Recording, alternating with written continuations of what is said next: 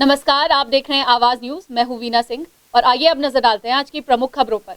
अंबिकापुर में संभाग के पहले निशुल्क कीमोथेरेपी सेंटर का उद्घाटन स्वास्थ्य मंत्री टीएस सिंहदेव ने ऑनलाइन के माध्यम से किया। नवापारा स्थित प्राथमिक स्वास्थ्य केंद्र में इसकी शुरुआत की गई है। अब सरगुजा वासियों को कैंसर के इलाज के लिए स्थानीय स्तर पर सुविधा मिल सकेगी। स्वास्थ्य मंत्री श्री टीएस सिंहदेव की पहल पर अंबिकापुर के नवापारा स्थित शहरी प्राथमिक स्वास्थ्य केंद्र में कैंसर जैसी घातक बीमारी के इलाज हेतु कीमोथेरेपी की सुविधा उपलब्ध हो गई है। स्वास्थ्य मंत्री श्री सिंहदेव के मुख्य आतिथ्य में 2 बिस्तरीय दीर्घायु वार्ड में स्थापित कीमोथेरेपी का ऑनलाइन शुभारंभ किया गया। इस दौरान मंत्री सिंहदेव के साथ रायपुर से जिला पंचायत सदस्य आदित्येश्वर शरण सिंहदेव भी ऑनलाइन जुड़े हुए थे। कार्यक्रम को संबोधित करते हुए मंत्री सिंहदेव ने कहा कि स्थानीय स्तर पर कैंसर के इलाज के लिए नवापारा प्राथमिक स्वास्थ्य केंद्र में कीमोथेरेपी की व्यवस्था की गई है। कीमोथेरेपी प्रारंभ होने से मरीजों को अब बड़े शहरों का रुख नहीं करना पड़ेगा। कैंसर के इलाज के लिए कीमोथेरेपी के साथ ही रेडियोथेरेपी की भी अत्यंत आवश्यकता होती है। इस केंद्र में रेडियोथेरेपी की सुविधा भी जल्द उपलब्ध कराने के प्रयास किए जाएंगे। उन्होंने कहा कि मरीजों को बेहतर इलाज सेवा भावना के साथ उपलब्ध कराएं। कोरोना महामारी के संकट काल में कोरोना योद्धाओं की सेवा समाज को मिलती रहे। डॉक्टर अमीन फिरदौशी ने बताया कि सरगुजा में पहले कीमोथेरेपी सेंटर का उद्घाटन नवापारा स्थित प्राथमिक स्वास्थ्य केंद्र में किया गया है। इसकी शुरुआत हो जाने से सरगुजा के लोगों को निःशुल्क कीमोथेरेपी की सुविधा मिल सकेगी। इस दौरान कैंसर शिविर का आयोजन भी किया गया, जहां कैंसर पीड़ित मरीज स्वास्थ्य परीक्षण के लिए पहुंचे। साथ ही कीमोथेरेपी के लिए उपयोग में आने वाली प्रत्येक उपकरण CGMSC के द्वारा उपलब्ध करा दी गई है। मैं आपको बताना चाहूँगा आपके चैनल के माध्यम से जितने भी दर्शक हैं कि सरगुजा में अब कीमोथेरेपी के स्टार्ट करने का हम लोग शायद पहले प्राथमिक स्वास्थ्य केंद्र हैं। अब हमारे शहरी प्राथमिक स्वास्थ्य केंद्र में निःशुल्क कीमोथेरेपी हमारे यहाँ के सरगुजा ज़िले के लोगों को मिलेगी। हमारे यह प्रयास निश्चित तौर पर माननीय स्वास्थ्य मंत्री श्री टीएस सिंहदेव जी एवं जिला पंचायत सदस्य माननीय आदित्येश्वर शरण सिंहदेव जी के द्वारा की गई है और इस पहल का आज बहुत एक व्यापक रूप से प्रचार प्रसार करने हेतु यहाँ पर एक शुभारंभ का भी कार्यक्रम रखा गया था। आज यहाँ पर विशाल कैंसर शिविर भी रखा गया है, जिसमें लगातार पेशेंट्स आ रहे हैं और उन लोगों का भी जांच पड़ताल हो रहा है। उन लोगों को भी हम कहीं ना कहीं पे कोशिश करेंगे कि जो भी हो सके यहाँ पर संभव कीमोथेरेपी हम निःशुल्क प्रदान करेंगे। जांच शिविर में स्वास्थ्य परीक्षण कराने आए कैंसर पीड़ित मरीज अरविंद टोप्पो ने बताया कि उनका इलाज बिलासपुर में चल रहा था, जहां पैसों की कमी के कारण इलाज को बीच में ही रोकना पड़ा। उनके इलाज में अब तक लगभग 4 लाख रुपए का खर्च आया, लेकिन अब अंबिकापुर में निःशुल्क कीमोथेरेपी की सुविधा मिलने के बाद दूसरे शहरों में इलाज के लिए नहीं जाना पड़ेगा। साथ ही इलाज के दौरान भारी भरकम खर्च का बोझ भी नहीं उठाना पड़ेगा। कैंसर की समस्या थी तो ट्रीटमेंट चल रहा था बिलासपुर में मनी का प्रॉब्लम हुआ। उसके बाद 3 कीमो हो गई। 3 कीमो के बाद सहन नहीं हो रहा था तो रोक दिए थे बीच में। फिर रायपुर चले गए। रायपुर से कोरोना की वजह से उन वहाँ से वापस भेज दिए। बोले कि लॉकडाउन के बाद आ जाना। तो लॉकडाउन अभी तक चल ही रही है। कीमो खर्च फर्स्ट बार में तो लगभग मिनिमम 35,000। हाँ, एक बार का। उससे पहले ऑपरेशन भी हुई थी तो पूरा खर्च लगभग 4 लाख से ऊपर हो गई है। छत्तीसगढ़ राज्य वन औषधि पादप बोर्ड के अध्यक्ष बालकृष्ण पाठक ने कहा कि सरगुजा वासियों के लिए आज ऐतिहासिक दिन है। इस सेंटर में कैंसर के मरीजों के लिए कीमोथेरेपी की सुविधा मिलने के बाद एक नया आयाम स्थापित हुआ है। पूरे संभाग के कैंसर मरीजों को अब यही कीमोथेरेपी की सुविधा निःशुल्क मिलेगी। नवापारा शहरी प्राथमिक स्वास्थ्य केंद्र एक बेहतर संस्था के रूप में स्थापित हो रहा है। स्वास्थ्य मंत्री TS बाबा और जिला पंचायत के सदस्य आदि बाबा के विशेष प्रयास से UPSC नवापारा में एक नए आयाम के रूप में कैंसर रोग के लिए कीमोथेरेपी की व्यवस्था की गई है। जैसा कि आप लोग जानते होंगे कि कीमोथेरेपी 3 प्रकार की होती है। एक ओरल कीमोथेरेपी, दूसरा मस्कुलर, तीसरा वेनस। यहाँ पर तीनों प्रकार के कीमोथेरेपी कराई जाएगी और आपको जान के बहुत प्रसन्नता होगी कि अगर प्राइवेट अस्पताल में प्राइवेट चिकित्सकों के यहाँ अगर ये इलाज कराया जाए तो एक बार कीमोथेरेपी कराने में 5,000 से 10,000 रुपया लगता है। नवापारा UPSC और सरकार के द्वारा जहाँ भी छत्तीसगढ़ में ये कीमोथेरेपी की व्यवस्था की गई है, निःशुल्क कीमोथेरेपी की व्यवस्था की गई है। इससे सरगुजा जिला के कैंसर रोग के पीड़ितों को काफ़ी लाभ मिलेगा। सरगुजा जिले में कोरोना संक्रमण की भयावह स्थिति निर्मित हो गई है। मंगलवार को जिले में रिकॉर्ड तोड़ 122 मरीज मिलने से स्वास्थ्य विभाग के साथ प्रशासनिक अधिकारियों की भी चिंता बढ़ गई है। हर कोई युद्ध स्तर पर कोरोना से जंग जीतने में लगा हुआ है। वहीं अब कोरोना से जंग जीतने की लड़ाई में आंगनबाड़ी कार्यकर्ताओं ने भी मोर्चा संभाल लिया है। सरगुजा जिले में कोरोना संक्रमण अपने तीव्र तेवर पर है। कोविड-19 का संक्रमण अब अपना विकराल रूप दिखाने लगा है। एक तरफ जहां मरीजों की संख्या रोजाना बढ़ रही है, वहीं दूसरी ओर कोरोना वायरस की वजह से मरीजों के स्वास्थ्य पर भी बेहद बुरा असर पड़ने लगा है। संक्रमितों की संख्या बढ़ने के साथ साथ अस्पताल में भी जगह की कमी होने लगी है। ऐसे में ज्यादातर मरीज अब घर पर ही रहकर इलाज करा रहे हैं। वहीं अब कोरोना के इस जंग में चिकित्सकों, प्रशासनिक अधिकारियों के साथ साथ आंगनबाड़ी के कार्यकर्ताओं ने भी मोर्चा संभाल लिया है। दरअसल आंगनबाड़ी के कार्यकर्ता अब होम आइसोलेट होकर इलाज करा रहे मरीजों की सेवा में कार्य करेंगे। आंगनबाड़ी के कार्यकर्ता मरीजों तक उनके घर पहुंचकर दवा उपलब्ध कराएंगे, या यूं कहें कि आंगनबाड़ी की कार्यकर्ता मरीजों को दवा का वितरण करेंगे। इस वर्ष कार्य के लिए बाल विकास विभाग के द्वारा आंगनबाड़ी के सुपरवाइजरों की बैठक ली गई और उन्हें कोरोना संबंधित दवाइयों के बारे में जानकारी दी गई कि कैसे एसिम्प्टोमेटिक मरीजों को पैकेट बनाकर दवाइयों का वितरण करना है। यही नहीं, आंगनबाड़ी की कार्यकर्ता मरीजों के घर पहुंचकर ये भी बताएंगी कि किन दवाइयों का कैसे सेवन करना है। इस कार्य में लगे आंगनबाड़ी के कार्यकर्ताओं को विशेष ट्रेनिंग भी दी गई है। दरअसल मरीजों के घर जाकर दवा का वितरण करने के दौरान आंगनबाड़ी की कार्यकर्ताओं में भी कोविड-19 के संक्रमण फैलने का खतरा बना रहेगा, जिसे देखते हुए स्वास्थ्य विभाग के द्वारा कोरोना संक्रमण से कैसे बचा जाए, इसका प्रशिक्षण भी आंगनबाड़ी की कार्यकर्ताओं को दिया जा रहा है। आंगनबाड़ी केंद्रों के माध्यम से ही दवाई का वितरण आंगनबाड़ी कार्यकर्ताओं के माध्यम से किए जाने का निर्देश प्राप्त हुआ है। तो उसके लिए अभी सभी सुपरवाइजरों की एक बैठक ले ली गई है और उनको सारी दवाइयों की जानकारियाँ दी जा रही हैं। जो एसिम्प्टोमेटिक हैं, ऐसे मरीजों को होम आइसोलेशन में जो रहने की सहमति देते हैं, ऐसे मरीजों के लिए घर पहुंच दवाइयाँ पहुंचाने की जो सुविधा है, वो हमारी आंगनबाड़ी कार्यकर्ता हैं वहाँ तक दवाइयाँ लेके जाएंगी। और इसके लिए अभी वही तैयारियाँ चल रही हैं। दवाइयाँ, उनके पैकेट वगैरह बन रहे हैं। जैसे ये पैकेट्स बन जाते हैं, आंगनबाड़ी कार्यकर्ताओं को उपलब्ध करा दिया जाएगा और वो सारे रिकॉर्ड के साथ, और वो जो मरीज़ हैं उनके घर में किसी को भी वो दवाइयाँ दे करके आएंगी और खाने का तरीका बता के आएंगी। देखिए, कार्यकर्ता हैं चूँकि बहुत लंबे समय से काम कर रही हैं, वो अभी तो काफ़ी हद तक वो लोग समझ गए हैं कि हाँ, किन किन चीज़ों से कोरोना फैलता है, इसलिए वो अपनी तरफ से पूरी सावधानियाँ बरत रही हैं। बाकी बचाव के लिए जो अभी डॉक्टर साहब ने बताया है कि बचाव के लिए वो भी इन गोलियों का, जो जिन गोलियों का सेवन कर सकते हैं वो कर लें अपनी तरफ से। और जैसे फेस शील्ड हो गया या मास्क हो गया और हैंड ग्लव्स हो गया, इनका पूरी तरह से उपयोग करें और जो भी सोशल डिस्टेंसिंग बनानी है वो एकदम बिल्कुल उसका पालन करेंगे। नहीं, टारगेट नहीं है। जैसे ही सूची हम लोग को शेयर की जाएगी कि हाँ, इस वार्ड में ये फ़लाना मरीज़ कोविड पॉजिटिव पाया गया है, तो बस उनके परिवार में ले जा करके उस दवाई को खाने के तरीके बताने के साथ में डिलीवर कर दिया जाएगा। अंबिकापुर नगर निगम के mayor doctor Ajay Tirkey medical college अस्पताल में मरीजों को अपनी विशेष सेवा देंगे। कोरोना काल के इस विषम परिस्थिति में मेयर अजय तिर्की ने रोजाना 2 घंटे मेडिकल कॉलेज अस्पताल में अपनी सेवा देने के लिए स्वास्थ्य मंत्री टीएस सिंहदेव से अनुमति मांगी है। सरल, सहज और मददगार स्वभाव के लिए जाने जाने वाले अंबिकापुर के मेयर डॉक्टर अजय तिर्की ने कोरोना काल के इस दौर में स्वास्थ्य मंत्री टीएस सिंहदेव से चिकित्सा के क्षेत्र में विशेष सेवा देने के लिए अनुमति मांगी है। दरअसल कीमोथेरेपी सेंटर के उद्घाटन कार्यक्रम के दौरान स्वास्थ्य मंत्री टीएस सिंहदेव ऑनलाइन के जरिए सभी को संबोधित कर रहे थे। तभी अचानक मेयर अजय तिर्की ने स्वास्थ्य मंत्री को कहा कि वे इस विषम परिस्थिति में मेडिकल कॉलेज अस्पताल में अपनी सेवा देना चाहते हैं। उन्हें रोजाना 2 घंटे मेडिकल कॉलेज अस्पताल में मरीजों को सेवा देने की अनुमति दी जाए। उनकी यह बात सुन स्वास्थ्य मंत्री भी खुश हो गए और बेहिचक उन्होंने मेयर अजय तिर्की की प्रशंसा कर रोजाना 2 घंटे मेडिकल कॉलेज अस्पताल में मरीजों का उपचार करने की अनुमति दे दी। डॉक्टर अजय तिर्की ने कहा कि मेडिकल कॉलेज अस्पताल में इलाज कराने वाले मरीजों को किसी भी प्रकार की समस्याओं का सामना न करना पड़े, इसे देखते हुए वे मेडिकल कॉलेज अस्पताल में भी अपनी सेवा देना चाहते हैं। वहीं उन्होंने कहा कि कोरोना के मरीजों का सहयोग करना भी उनका सौभाग्य होगा, इसलिए उन्होंने मंत्री सिंहदेव से मेडिकल कॉलेज अस्पताल में विशेष सेवा देने की अनुमति मांगी है। गौरतलब है कि मेयर अजय तिर्की ऑर्थो के स्पेशलिस्ट डॉक्टर हैं,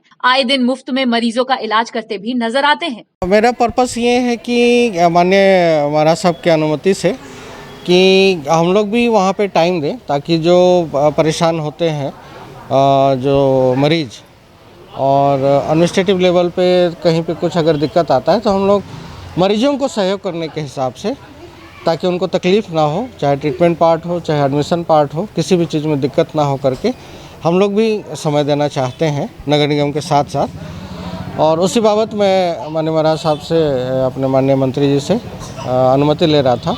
और मुझे लगता है कि हम लोग वहाँ रह के मरीजों को हेल्प ही कर पाएंगे। निश्चित तौर पे जो लाइनअप करना होता है, जो शुरुआत का जो लाइनअप है वो अगर बेहतर हो जाएगा और अगर हम लोग उनको कुछ सहयोग कर पाएंगे, ये हम लोग का सौभाग्य है।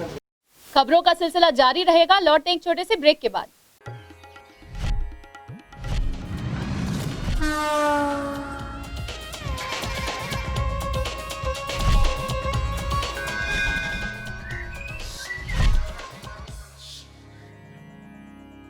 वीएम इंटरनेट सर्विस शहर का सबसे सस्ता high speed fibre internet service 100 MBPS मात्र 700 रुपए में विद टैग। तो चाहे वर्क फ्रॉम होम हो या ऑनलाइन क्लास, याद रखें वीएम इंटरनेट सर्विस। अधिक जानकारी के लिए संपर्क करें Vande Mahamaya cable network, VM internet service, Alaknanda complex, प्रथम तल, Agrasen Chowk, Ambikapur, Surguja. Mobile number 9111785555 7440765555। COVID-19 महामारी को ध्यान में रखते हुए छात्र छात्राओं के हित में छत्तीसगढ़ शासन का बड़ा फैसला। 12वीं बायोलॉजी से पास विद्यार्थियों के बिना प्रवेश परीक्षा के सीधे प्राप्तांक के आधार पर बीएससी नर्सिंग में प्रवेश की अनुमति प्रदान की गई। प्रवेश की जानकारी व काउंसलिंग की जानकारी के लिए संपर्क करें Aasra institute of nursing, CTO, Chandni Chowk, gas गोदाम के पास, अंबिकापुर, सरगुजा। Mobile number 9826156669 70002881669।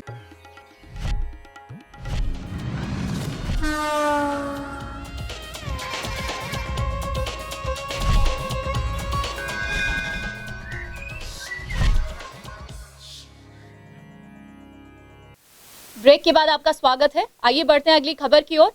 हाल ही में कहावत प्रचलन में है, नो टेस्ट नो कोरोना। इस पर कई देश, कई राज्य या कई जिले ऐसे भी होंगे जो अमल करते हैं, लेकिन सरगुजा जिले का स्वास्थ्य विभाग इस कहावत के उलट काम कर रहा है।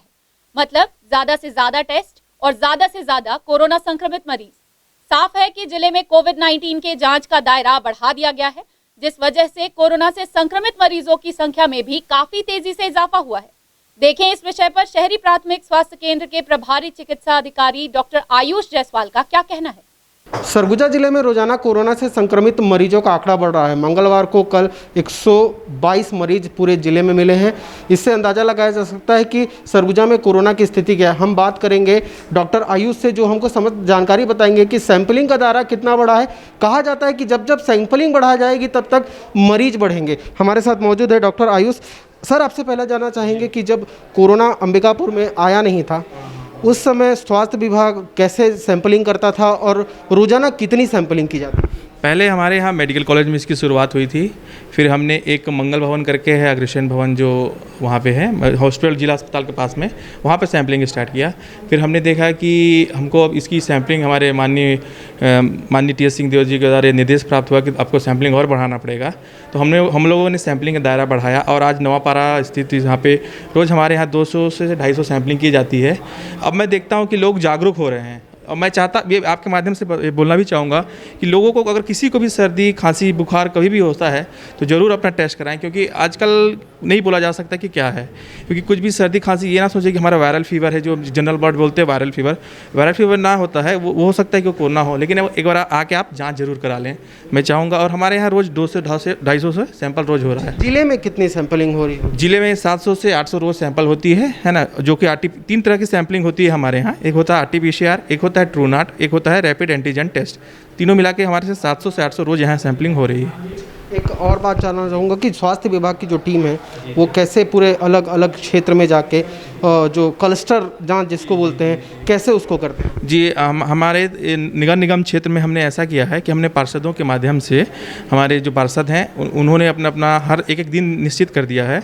तो हम हर दिन एक दिन छोड़ के हम एक दिन रोज़ हम कैंप लगाते हैं हर वार्ड में, और वहाँ भी हम जाके सैंपलिंग करते हैं। एंटीजन की बात कही जाती है, रोजाना एंटीजन से आप लोग कितने जांच करते होंगे और कितने पॉजिटिव एंटीजन से मिलते हैं? बहुत अच्छा सवाल है सुमित आपका। मैं एक भ्रांति जो यहाँ लोगों को है कि रैपिड एंटीजन टेस्ट पॉजिटिव आ गया तो मैं PCR कराऊंगा, मैं ये कराऊंगा। मैं आपको ये आपके माध्यम से बताना चाहूँगा कि अगर रैपिड एंटीजन टेस्ट में पॉजिटिव आ जाता है तो वो पॉजिटिव ही कहलाता है।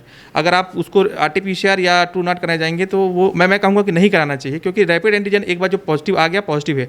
हाँ, अगर इसमें आपका नेगेटिव आता है तो आप आगे टेस्ट के लिए RT-PCR और ट्रू नॉट के लिए जा सकते हैं, लेकिन अगर इसमें पॉजिटिव आ रहा है रैपिड एंटीजन टेस्ट में तो ये पॉजिटिव ही माना जाता है। अच्छा, जो नेगेटिव का बात होती है, जो कि नेगेटिव आया है उसके बाद फिर पॉजिटिव आता है, ये कैसे होता है, कितना ये संदेश रहता है इसमें? देखिए क्या होता है कि ये एंटीजन डिटेक्ट करता है ना, एंटीजन। तो इसमें क्या होता है, जब भी कोई लक्षण होते हैं, जैसे हम जब तक लक्षण डेवलप नहीं होते हैं तब तक ये रैपिड एंटीजन टेस्ट में आना बहुत ही मुश्किल होता है। अगर लक्षण जनरेट होगा तब तो एंटीजन बनेगा, जब एंटीजन बनेगा तब जाके आपको टेस्ट में आता है। तो मैं ये बताना चाहूँगा कि अगर लक्षण नहीं भी है, अगर आप RT-PCR कराएंगे, अगर रैपिड एंटीजन में नेगेटिव आ रहा है तो पॉजिटिव आने के चांसेस हो सकते हैं, अगर आप किसी के संपर्क पॉजिटिव के आए हैं तो। अच्छा, दूसरा सवाल कि क्या उम्मीद लगता है, जैसे आप लोग रोज़ाना टेस्ट कर रहे हैं, अभी ये कब तक यही स्थिति रहेगी क्या, और ये इससे भयावह स्थिति हो सकती है? क्योंकि मंगलवार को 122 मरीज मिले, जो रिकॉर्ड टूट गया है जिले का। जी देखिए, स्वास्थ्य विभाग और हमारा पूरा जिला प्रशासन सब तो इसमें बहुत ही सहयोग कर रहा है, लेकिन अभी कहना मुश्किल है कि कितनी स्थिति कैसी होगी। लेकिन अभी की स्थिति को देखते हुए लग रहा है कि अभी तो स्थिति थोड़ी सी उतनी राहत भरी नहीं है, लेकिन हाँ, भविष्य में ज़रूर हम इस पर काबू जरूर पा लेंगे। एक और अहम सवाल, आप लोग रोज़ाना ऐसी जगह पे आके जांच कर रहे हैं, क्या आप लोगों को खतरा नहीं लगता है? आप लोग कैसे प्रिकॉशंस लेते हैं? जी, इसीलिए तो शायद हम लोगों को कोरोना वॉरियर कहा गया है। हमको शायद ऊपर वाले ने चाहा ही था कि हम अपने लिए नहीं डरते, हम चाहते हैं कि हम किसी को अगर बचा लें तो हमारे लिए ज़्यादा अच्छा है कि हम एक को बचाएंगे तो हम 10 लोगों को उससे और बचा पाएंगे। सैंपलिंग का दायरा बढ़ेगा तो क्या मरीज की संख्या और बढ़ेगी? हो सकता है। सैंपलिंग अगर बढ़ेगा तो और भी बढ़ सकती है। ये तो हमारे साथ डॉक्टर आयुष, जिनका सीधा कहना है कि सैंपलिंग का दायरा जितना बढ़ेगा उतने कोरोना से संक्रमित मरीजों का आंकड़ा भी बढ़ेगा। कैमरा पर्सन सुजीत के साथ सुमित सिंह, आवाज़ न्यूज़, अंबिकापुर। कैबिनेट मंत्री अमरजीत भगत ने मोबाइल मीटिंग के जरिए ग्रामवासियों से बात की है और उनकी समस्याओं का समाधान किया। मोबाइल मीटिंग के माध्यम से मंत्री अमरजीत भगत अन्य ग्रामों की जनता से भी रूबरू होंगे।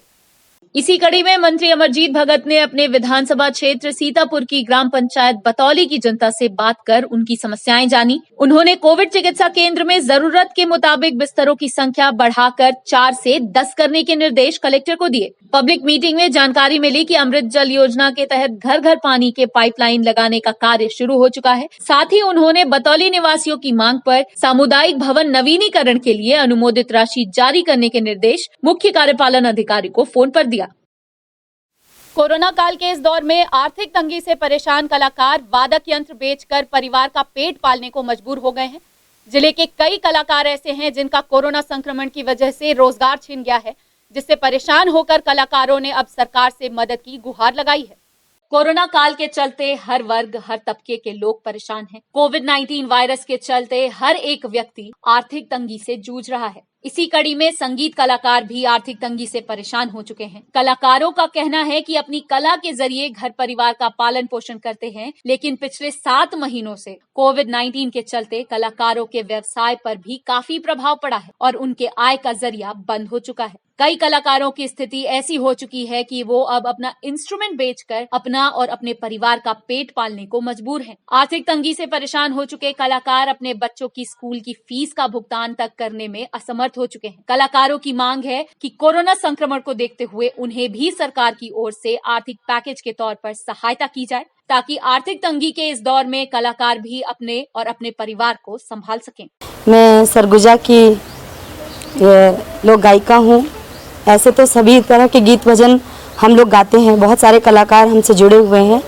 अपने मंच की मैं मुखिया होने के नाते मैं अपने ही बस कलाकारों के लिए नहीं बोलना चाहती, जितने कलाकार हमारे सरगुजा, छत्तीसगढ़ या विश्व में हैं, सभी के लिए मैं बोलना चाहती हूँ। और मैं अपने यहाँ से आवाज़ उठाना चाहती हूँ कि हम सभी कलाकारों के लिए भी रोजगार दिया जाए, लॉकडाउन खोला जाए, सारे बाजार घाट खुल रहे हैं, हर कुछ मंदिर मस्जिद सब कुछ खुल रहा है। देखिए, कोरोना काल में पिछले 7 महीने से हम लोगों ने कोई काम नहीं किया है और बाकी सारे व्यवसाय तो लगभग चालू हो गए हैं, लेकिन कलाकारों की तरफ ना किसी ने कोई ध्यान दिया है और ना हम लोगों के लिए कोई राहत पैकेज का कोई घोषणा हुआ है। और इसका असर ये पड़ा है कि हम कलाकारों के पास आज के समय में इतनी भी क्षमता नहीं है कि हम लोग अपने परिवार को का भरण पोषण कर सकें। अभी तक इसमें से बहुत से ऐसे कलाकार हैं जिनके पास जो इंस्ट्रूमेंट थे, जैसे मान लीजिए कि 50,000 का इंस्ट्रूमेंट है तो मजबूरी में उसको 10,000 5,000 में बेच करके और हम लोग अपना घर चलाते आए हैं। बुलेटिन में फिलहाल सिर्फ इतना ही। शहर से जुड़ी खबरों के लिए देखते रहिए आवाज न्यूज। इस न्यूज के स्पॉन्सर हैं वीएम इंटरनेट, अलकनंदा कॉम्प्लेक्स, प्रथम तल, अग्रसेन चौक, अंबिकापुर, सरगुजा, छत्तीसगढ़।